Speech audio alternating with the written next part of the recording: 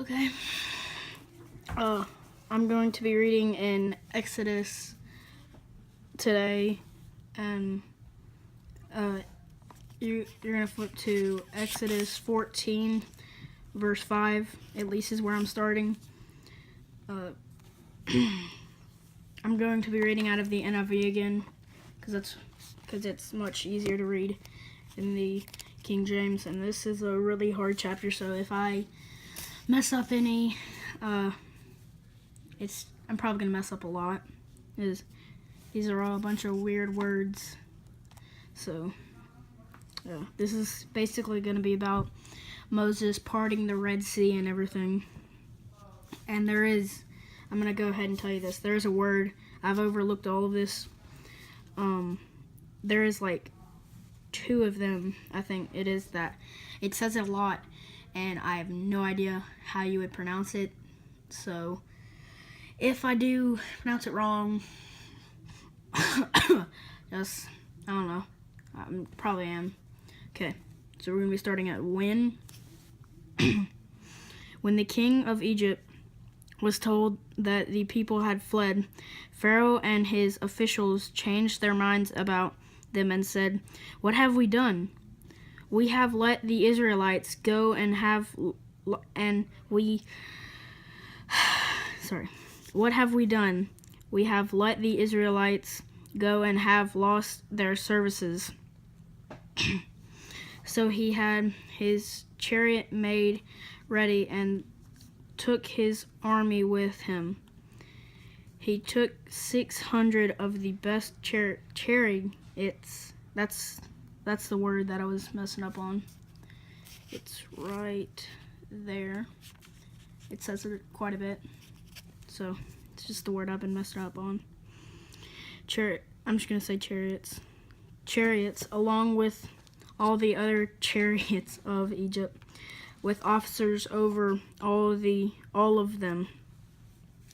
The Lord hardened the heart of Pharaoh, king of Egypt, so that he pursued the Israelites who were marching out boldly. The Egyptians,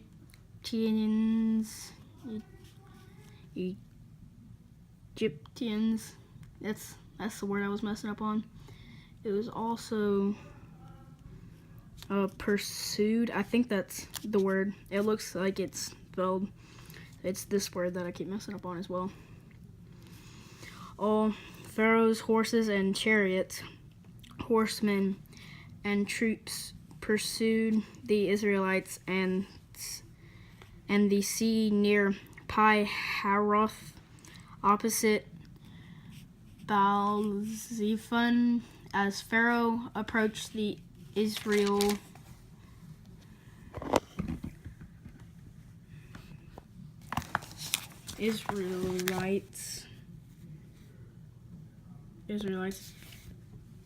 Looked up, and there were the Egyptians marching after them. They were terrified and cried out to the Lord. They said to Moses, "Was it because there were no graves in Egypt that you brought us to the desert to die? What have you done to us by bringing us out of Egypt? Didn't we say to you in Egypt, 'Leave us alone, let us serve the Egyptians'?" I think it says Egyptians. That might be it. It would have been better for us to serve the Egyptians than to die in the desert. Moses answered the people, "Do not be afraid. Stand firm, and you will see the deliverance of the Lord will bring you today. The Egyptians you see today, you will never see again. The Lord will fight for you. You need only to be still." Then the Lord said to Moses, "Why are you crying out to me? Tell the Israelites to move on. Raise your staff and stretch out your hand over the sea to divide the water so the Israelites can go through the sea on dry ground." I will harden the hearts of the Egyptians so that they will go in after them, and I will gain glory through Pharaoh and all his army. Through his chariots and his horsemen, the Egyptians will know that I am the Lord, when I gain glory through Pharaoh and his chariots and his horsemen. Then the angel of God, who had been traveling in front of Israel's army, withdrew and went behind them. The pillar of cloud also moved from in front and stood behind them, coming between the armies of Egypt and Israel. Throughout the night, the cloud brought darkness to the one side and light to the other side, so neither went near the other all night long. Then Moses stretched out his hand over the sea, and all that night the Lord drove the sea back with a strong east wind and turned it into dry land. The waters were divided, and the Israelites went through the sea on dry ground with a wall of water on their right and on their left.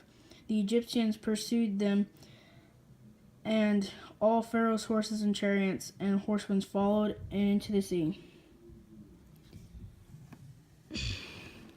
During the last watch of night, the Lord looked down from the pillar of fire and cloud at the Egyptian army and threw it into confusion. He made the wheels of their chariots come off so that they had difficulty driving.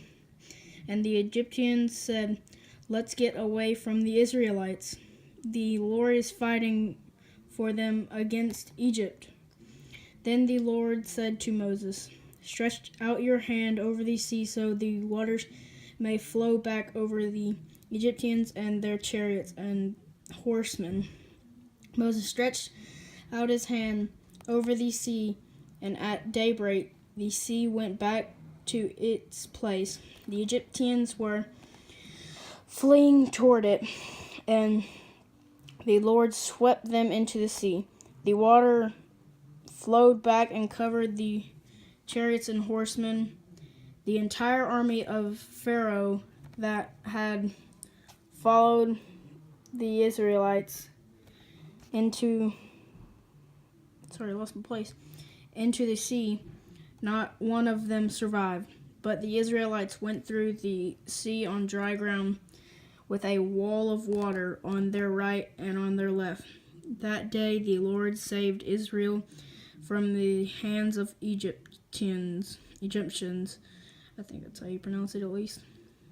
Israel saw the Egyptians lying dead on the shore, and when the Israelites saw the great power of the Lord displayed against the Egyptians, the people feared the Lord and put their trust in him and in Moses, his servant. Well, that was the story of God parting the Red Sea for Moses. It's actually a really good story. I actually enjoyed making this because it was just a really good, I guess, fun thing to read, because it's so amazing what great things God can do. And the Israelites did go back and forth. They would serve God for a while, and then they would move on to false gods, which is not good. I think in the coming days I'm going to read about the 10 Commandments, which also Moses did, which was an amazing thing. So I hope you enjoyed this story. I really enjoyed it. And I guess have a Happy New Year, because it's almost New Year's. Okay, bye.